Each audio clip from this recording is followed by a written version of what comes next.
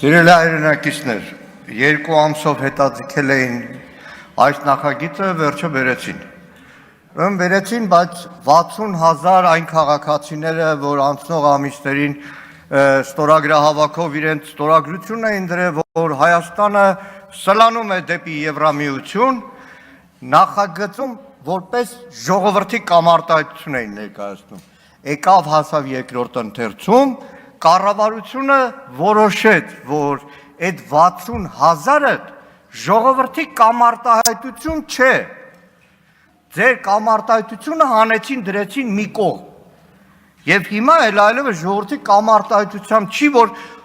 ազգային ժողովում բերել են Հայաստանը սլանում է դեպի Եվրամիություն։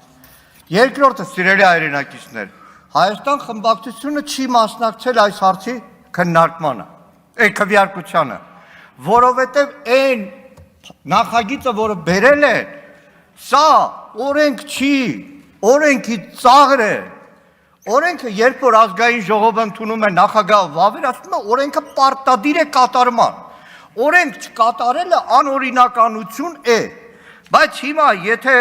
այս օրենքը ընդունվի, որով հայտարարում է Հայաստանի Հանրապետության Եվրոպական միության անդամակցելու գործընթացի մեկնարկի մասին, ես առավոտվանից գիշեր այս ամբիոնից խոսեմ, որ ես դեմ եմ Եվրամիության անդամակցությանը, Եվրամիության անդամակցությունը հանցագործությունը, մեկը չի կարող պատասխանատվության ենթարկել։ Ոչ մեկ չի կարող պատասխանատվության ենթարկել։ Պարոն Զեյնալյանը այստեղ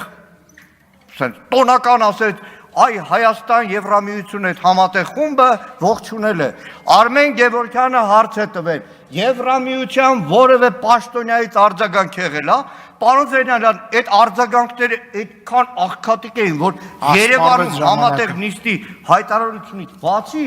որևէ ուրիշ ողջունի խոսք չկարողացավ մեջ բերել։ Այդքանը։ Շնորհակալություն։